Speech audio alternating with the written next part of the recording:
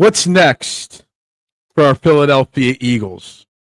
Welcome to Eagles Checkdown, the fastest under 10-minute Eagles podcast there is, covering news, notes, and opinions on your favorite football team, the Philadelphia Eagles, right here on the Eagles Pinpool Podcast Network. I'm Phil Stiefel. You can find me also hosting Trending in the AM live Monday through Friday on the STT Sports Network. Make sure you check it out. I got it linked below for today. Bring your thoughts and opinions on everything I talk about here over there and anything else happening in Philadelphia sports. I'd greatly appreciate it.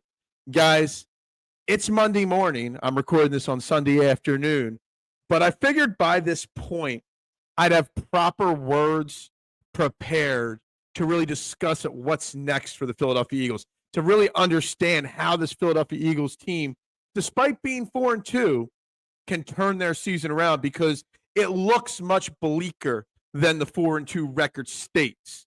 But honestly, at this point, I don't have those answers prepared for you. I don't have those answers for myself prepared. I don't even know if I have an answer to turn things around in the right direction. This Eagles team, they look drained physically and emotionally. They look worn out. They look out of sync. They look a lot of things. Coming off of a big Super Bowl run, obviously the emotions riding high, but they just don't look like they are playing their brand of football. And I don't know if just taking the play calling away from Kevin Patullo or making one big trade for a cornerback or an edge rusher will solve the real issues on this team, which is just a lack of cohesion from the team. They all look disinterested in each other. They all look frustrated on a regular basis. And one big trade or one big change, firing Kevin Patullo, if Mike McDaniels gets fired this week, bringing him in, that's not going to solve the problems. No one's talking about the defense. The defense has been bad. Not Vic Fangio-like for 6 weeks this year. They have not been their brand of football on defense either. And we point the finger at Kevin Patullo a lot, and I got maybe an answer to help there. But, I mean, we're obviously missing Isaiah Rodgers, Josh Sweat. We're obviously missing all these guys that we lost on defense, Brandon Graham's leadership. And it's just not working out. Obviously, Drew Makuba's had some ups and downs as a rookie. So has Jihaad Campbell. But even I keep thinking back to the Jackson Dart touchdown run and how bad Zach Bond looked on that touchdown run trying to stop him. He could have stopped him then in tracks. He hesitated. He paused. Jackson Dart juked him out of his shoes. Touchdown. I look at we can crush Keely Ringo all we want. I look at the effort from Adoree Jackson trying to stop Cam Skattebo on the goal line for a touchdown. That's not Vic Fangio style of football. And maybe the defense is on the physically drained side because the offense has emotionally worn them out. There's that aspect too. The amount of plays this defense is on the field for, it's exhausting. So the trade deadline is November 4th. Howie's never been one to shy away from trades. Howie's in-season trading has not been good over the years. Even this year, bringing in Tank Bigsby a few weeks ago to solve the kick return problem. He's already been benched as the kick returner. You gave away 2 of your draft picks in this upcoming draft. We've only got 8 draft picks left in 2026, 2/3 and 1 pick in every other round.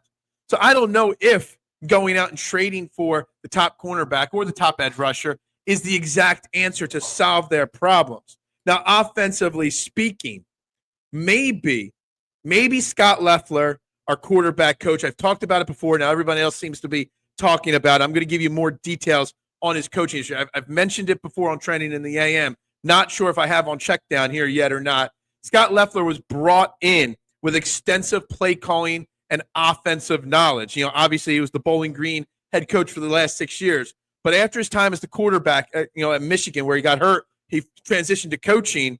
He was literally the one credited with, molding Tom Brady at Michigan into the quarterback he is today. He turned Tim Tebow into an elite quarterback in college. He lives for quarterbacks, or he thrives for quarterbacks that love to live in the film room, a.k.a. Jalen Hurts loves to do that.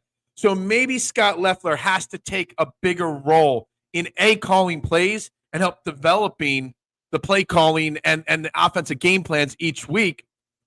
Maybe you give him a half of football. If we come out against Minnesota a little stagnant again, maybe Loeffler takes over. Maybe that's the answer. You don't lose any cohesion on what's going on. You just get somebody with a lot more experience than what Kevin Patullo has. But really, the players have to execute. And, I'm going back. Saquon Barkley said it again after Thursday's game, that everybody keeps talking about the predictability of the offense. And when Lane Johnson talks about it, you listen, because Lane Johnson's a future Hall of Famer, but so is Saquon. It's also on execution. And Saquon reminded everybody knew the Eagles were running every play last year, and they still managed to get 2,000 yards rushing out of it and be one of the best offenses in all of football, one of the great offenses of all time in football. So they're predictable, but if it's the right predictable, it can work. Scott Loeffler also loves to build his offense off the run game, something the Eagles should be thriving at. Look, there's a lot of things wrong on the offense and defensive side, and I'm the one, whether you want to replace Adoree Jackson, Keely Ringo, they're probably not going to make a big splash for an edge. They already brought in Zadarius Smith.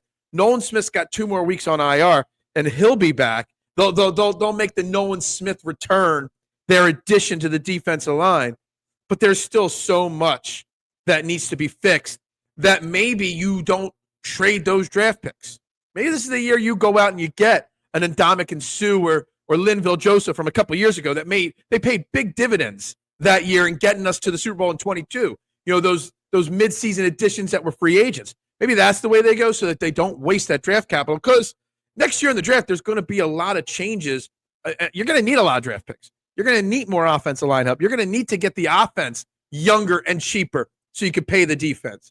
So there's lots going on there. We don't have updates yet on Sunday afternoon on Quinion Mitchell's injury or Jalen Carter, whether he'll be back this week. So we'll pay attention on Monday to that with when Nick Sirianni speaks to the media, and we'll maybe learn about what his opinions is on the Kevin Patullo situation a little bit more on Monday. But as of this point, we haven't seen much else other than that. So, guys, enjoy your Monday. Tune into Trending the AM live at 8 a.m., linked below. Make sure you're following along on the Eagles Check Down and the Eagles Pinpool Podcast Network. Everybody let's turn this week around. Let's make this week better than last. Everybody have a great day. Go Birds, and bubbles up.